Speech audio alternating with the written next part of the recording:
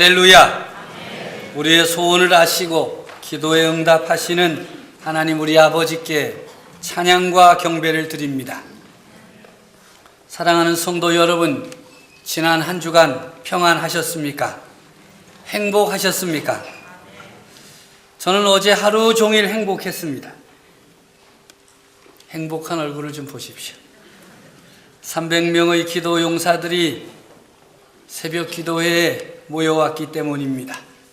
지난번에는 출산하지 않은 아이까지 숫자에 넣어야 했는데 어제는 빼고도 300명을 훌쩍 뛰어넘는 기도의 사람들이 모여서 찬양과 기도를 드리고 자녀를 축복하고 나라와 민족을 위하여 기도하고 선교사들을 위하여 기도하고 또 연약한 성도들을 위해 기도하면서 너무 행복했습니다. 성도들이 기도하는데 목회자가 왜 이렇게 기분이 좋고 행복한지 아십니까? 하나님이 기뻐하시고 좋아하시기 때문입니다. 기뻐하시는 하나님께서 우리 가운데 임하시고 우리 기도에 응답하시는 역사가 일어나기 때문에 행복한 것입니다. 우리 교회의 미래가 확실하기 때문입니다. 기도가 우리의 미래를 결정합니다.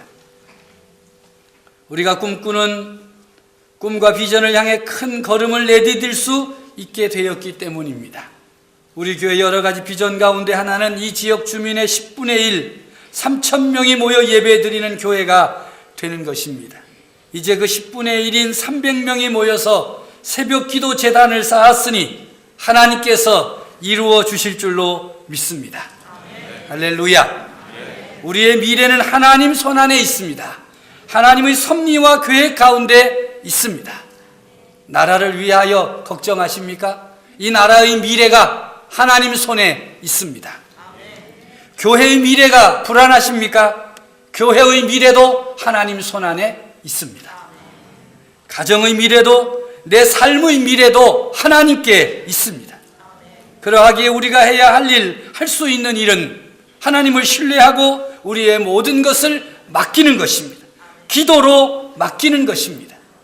미래에 대한 염려로 가득한 시대를 살아가고 있습니다. 그래서 사람들의 마음이 꽁꽁 얼어붙었다고 걱정을 합니다. 얼굴에 웃음이 사라지고 있습니다. 우리 그리스도인들은 어떻습니까? 그들과 다릅니까? 비슷합니까? 똑같습니까? 때에 따라 다릅니까? 오늘 주보 전면에 있는 글 보셨습니까?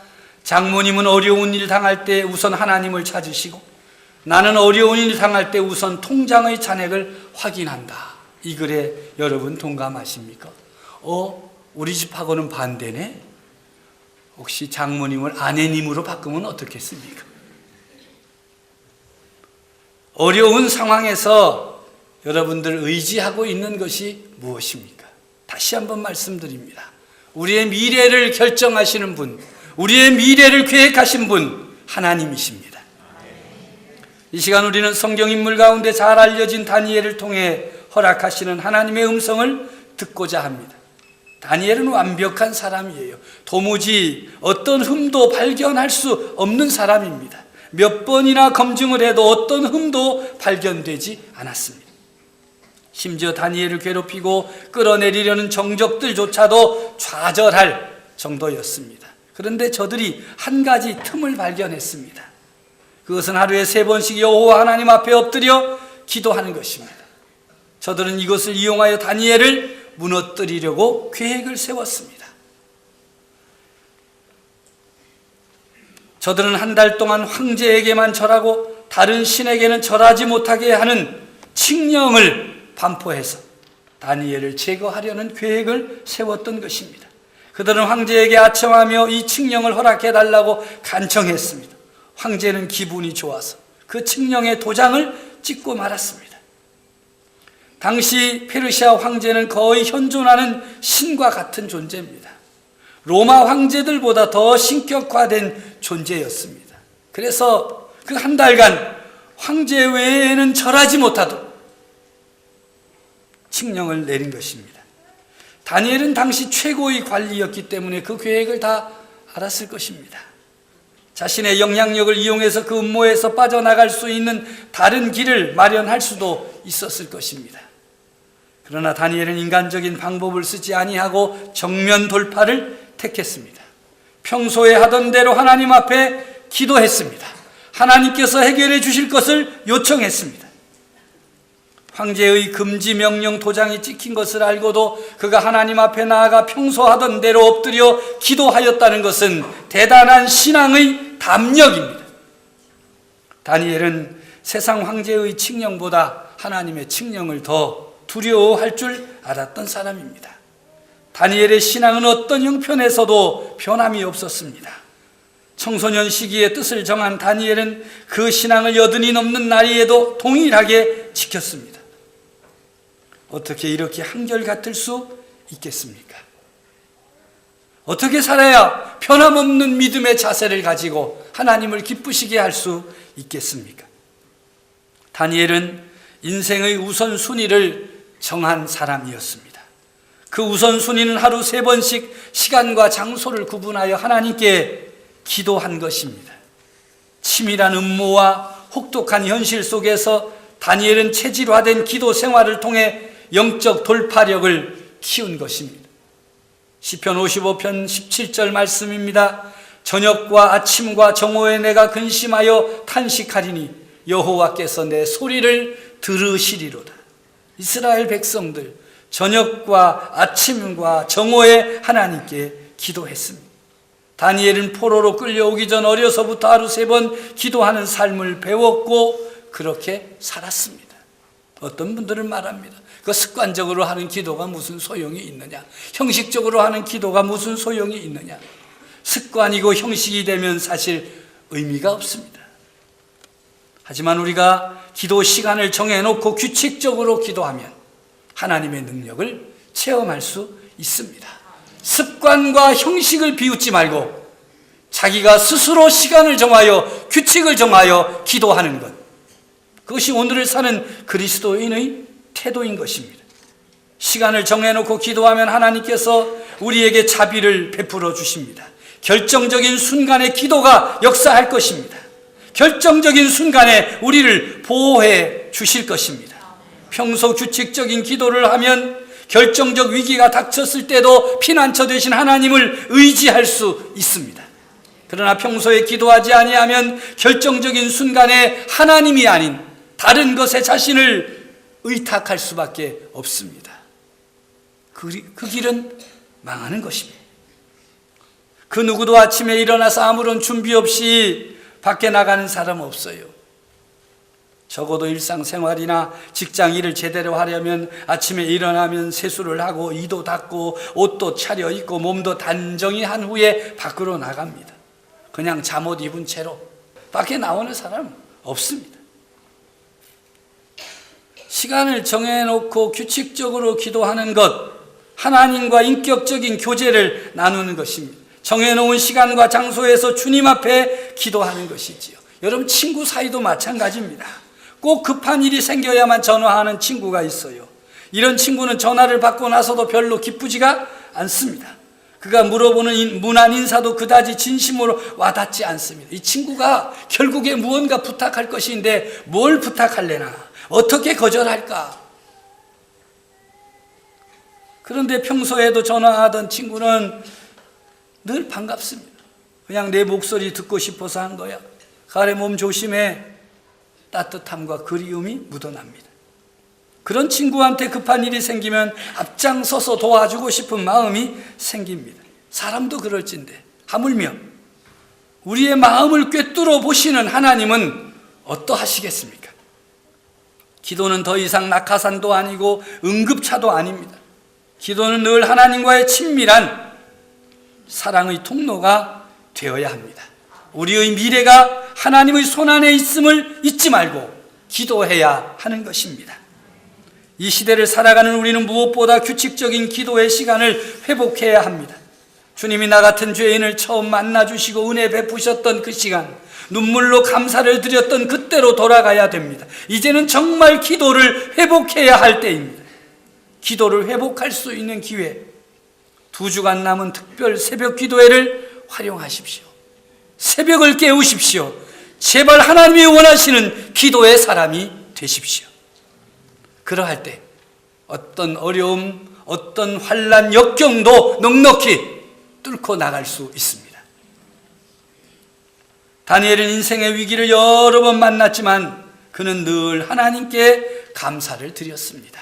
다니엘 6장 10절에 보면 전에 하던 대로 하루 3번씩 무릎을 꿇고 기도하며 그의 하나님께 감사하였더라.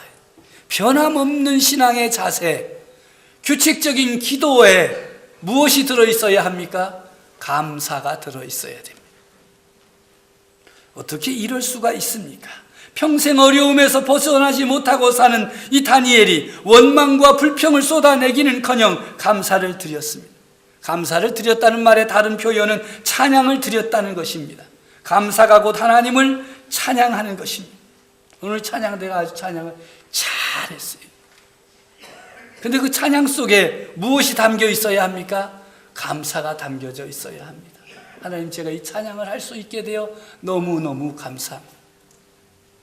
감사와 찬양은 이렇게 통하는 것입니다. 사도 바울과 실라가 빌립보에서 복음을 전하다가 매를 맞고 피를 흘리고 감옥에 던져졌습니다. 착고의 체험을 당했습니다. 그런데도 바울과 실라는 밤중에 기도하고 하나님을 찬양했습니다. 고난을 당하는 중에도 하나님께 기도하고 하나님을 찬송하며 감사를 드렸더니 옥문이 열리는 기적이 일어났습니다. 하나님께서는 우리가 어떤 상황에서도 감사하고 찬양하기를 원하십니다. 찬양도 감사도 할 수 없는 상황에 놓인다 할지라도 다니엘처럼 바울과 실라처럼 감사와 찬양으로 주님과 마주하기를 원하십니다. 그때 주님께서 우리의 눈물을 닦아주실 것입니다. 옥문이 열리고 모든 것이 벗어지는 기적을 베풀어 주실 것입니다. 낙심되고 고통스러울수록 하나님께 소망을 두십시오. 하나님께 소망을 두고 감사와 찬양으로 나아가 기도하면 하나님이 우리를 도와주십니다. 우리의 미래를 책임져 주십니다. 할렐루야. 고난의 상황이 아직 그대로 놓여있다 할지라도, 여전히 슬픔의 세월이 끝나지 않는다 할지라도 우리가 감사함으로 기도하면 하나님의 도우심을 경험하게 될 것입니다. 세상 주위를 둘러보아도 아무도 없는 듯하고 온갖 돌팔매질과 음모가 난무하는 중에 우리가 할 수 있는 단 하나, 손을 들고 주를 찬양하고 주께 기도하는 것입니다. 적들은 의심하였을 것입니다. 설마 이런 칙령이 반포되었는데도 기도할 것인가? 반신반의했을 거예요. 왜냐하면 자기 목숨을 내어놓는 일인데도 하나님께 기도할까? 그도 사람인데. 그런데 그들이 발견한 것은 다니엘이 여전히 하나님 앞에 기도하며 간구하는 모습이었습니다. 다니엘은 자기 목숨을 내놓고 전적으로 하나님 앞에 의탁하고 기도했습니다. 실오라기 하나라도 다 맡기고 의탁하고 기도했습니다. 큰 어려움을 당할 때 우리가 할 수 있는 최선의 방법은 기도로 하나님께 우리를 맡기는 것입니다. 어느 누구도 세상을 넉넉하게 살아갈 수 있는 능력 있는 충분한 사람은 없습니다. 하나님께 전적으로 의탁하는 사람은 하나님을 통해서 모자란 겸손과 모자란 능력과 모자란 용기를 채울 수가 있습니다. 주님이 날마다 새로운 힘을 부어주시기 때문입니다. 베드로전서 5장 7절에 너희 염려를 다 주께 맡기라. 이는 그가 너희를 돌보십니다. 이는 그가 너희를 돌보신다. 맡긴다는 것이 무엇입니까? 주님께 사실 그대로를 아뢰는 것입니다. 뭐 빼고 편집하지 말고 뭐 씌우지 말고 있는 그대로 하는 것입니다. 주님께 도움을 요청하는 것입니다. 그럴 때 하나님께서 모든 상황을 통제하시고 선한 길로 인도하십니다. 그 확신 가운데 평안이 회복되는 것입니다. 기도의 응답의 시작은 무엇입니까? 그 증거가 무엇입니까? 불안과 염려와 두려움이 사라지고 주님께서 책임져 주실 것이다. 심령의 평안이 회복되는 것입니다. 시편 55편 22절에 내 짐을 여호와께 맡기라. 그가 너를 붙드시고 의인의 요동함을 영원히 허락하지 아니하시리로다. 하나님은 우리가 요동하기를 원치 않습니다. 그래서 내 짐을 맡기라고 하는 것입니다. 사랑하는 성도 여러분, 언제까지 여러분이 염려하고 근심하고 불안하고 두려워하고 걱정하며 살아가겠습니까? 내 짐을 여호와께 맡기라는 말씀에 순명하시기를 바랍니다. 내가 부를 때에는 나 여호와가 응답하겠고 내가 부르짖을 때에는 내가 여기 있다 하리라 약속하십니다. 강한 자와 약한 자 사이에 도와줄 자는 하나님밖에 없습니다. 앞뒤 좌우가 다 막혔을 때 기도의 끈을 회복시켜 보십시오. 생명줄을 다시 한번 회복시켜 보십시오. 하나님께서 우리 사이에 우리의 삶 가운데 개입하시고 역사하실 줄로 믿습니다. 베드로의 기적이라고 하는 이야기의 주인공이 한 사람 있습니다. 그는 포항에서 횟집을 하는 분입니다. 이분이 원래 어업을 했는데 앞뒤 좌우로 꽉 막혀서 절망에 빠질 만큼 일이 안 풀렸어요. 예수님을 믿었지만 신앙생활도 힘들었고 20, 30명 모이는 시골 교회에 다녔는데 교회 생활도 신통치 않아요. 포항 앞바다에 그물을 놓아 고기를 잡아 생활했는데 그것도 쉽지 않습니다. 빚에 빚이 늘어나서 그때까지 진 빚이 4억 6천만 원. 여러분은 확실히 스케일이 크군요. 놀라지도 않는 거 보니까. 4억 6천만 원. 난 밤에 자다가도 벌떡벌떡 일어날 것 같아요. 게다가 건강도 회복되기 힘들 정도로 망가지고 말았어요. 더 이상 자신의 힘으로 할 수 있는 일이 아무것도 없다는 생각이 들었어요. 절망밖에는 아무것도 없었습니다. 결국 그는 어느 날 저녁에 주님께 완전히 항복 선언을 했습니다. 모든 것을 하나님께 다 맡기기로 결단했습니다.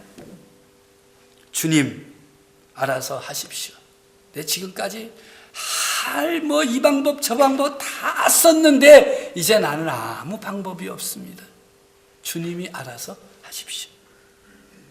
그런데 그날 밤 정치망 쳐놨는데 120cm짜리 방어가 5,000마리가 들어왔어요. 이 정치망이라고 하는 건 한 25m 정도 아주 큰 그물인데 그 그물 입구에 삼각형 이렇게 1m짜리 구멍이 있어요. 그래서 물고기가 싹 들어가면 못 나와요. 여러분 어항 나 보셨죠? 네, 그렇게 생겼어요. 망 크다. 1m 정도의 구멍으로 초등학생 키만한 120cm짜리 방어 5,000마리가 들어갔다면 시간이 얼마나 걸렸겠어요? 아마 밤새도록 방어가 줄 서서 있었을 거예요. 야 빨리 가라 빨리 가라. 5,000마리라니까요. 1m 구멍으로 5,000마리가 어떻게 들어가요? 줄 서서 1번 들어가 2번 들어가. 그렇게 잡은 방어를 다 팔고 나니까 5억 2천만 원이래요. 방어가 비싼가 봐요. 한번 먹어볼 만한가요? 그래서 먼저 11조 뛰었대. 그리고 4억 6천만 원 빚 갚대. 딱 맞아 떨어지더래. 그래서 그분이 또 기도했대요. 하나님, 제가 사업도 해야 되잖아요. 도와주세요. 우리가 볼 땐 참 그렇잖아요. 그죠?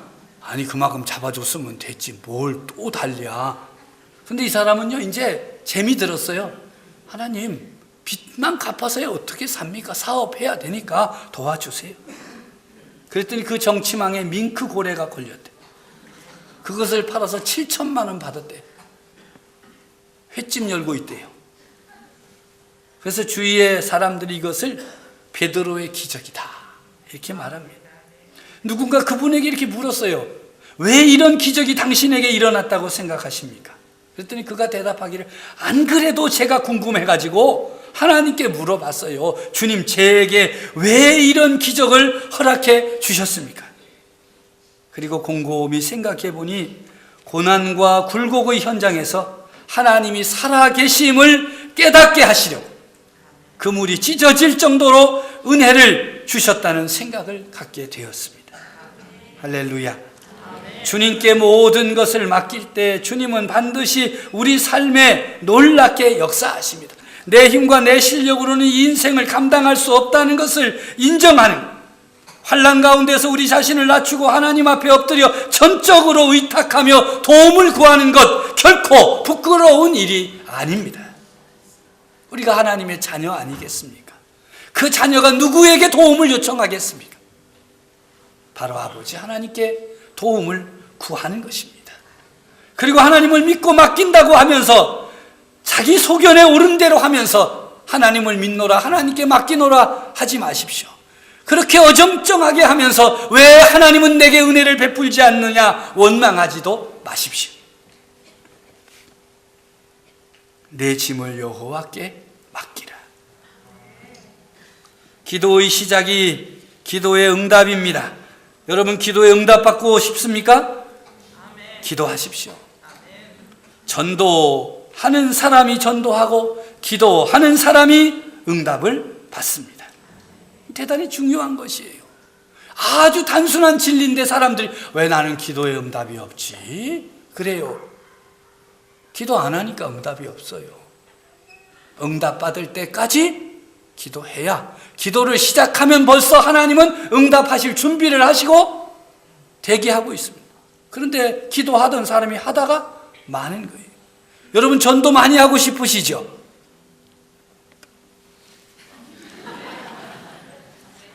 어쩌자는 거예요? 대답도 안 하시고. 전도 많이 하는 사람의 비결이 있어요. 뭐예요? 전도를 하는 거예요. 전도를 시작하면 전도 받아서 오는 사람도 있고 안 오는 사람도 있는데, 전도 못하는 사람의 특징은 내가 전도했는데 안 온다고 그러면 어쩌나 걱정하느라고 아예 시작도 안 하는 것이. 기도의 시작이 기도의 응답입니다. 기도하는 한 사람이 기도 없는 한 민족보다 강하다고 말합니다. 기도가 왜 이렇게 중요합니까? 하나님을 신뢰하는 것이기 때문에 중요합니다. 우리가 기도하면 우리의 삶을 뚫고 하나님이 들어오십니다. 기도는 무질서한 우리의 삶을 바로잡기 위해 하나님이 계획하시는 은총의 통로이기 때문에 중요한 것입니다. 그런데 우리가 믿음의 삶을 살면서 기도의 짐이 너무 무거울 때 있습니다.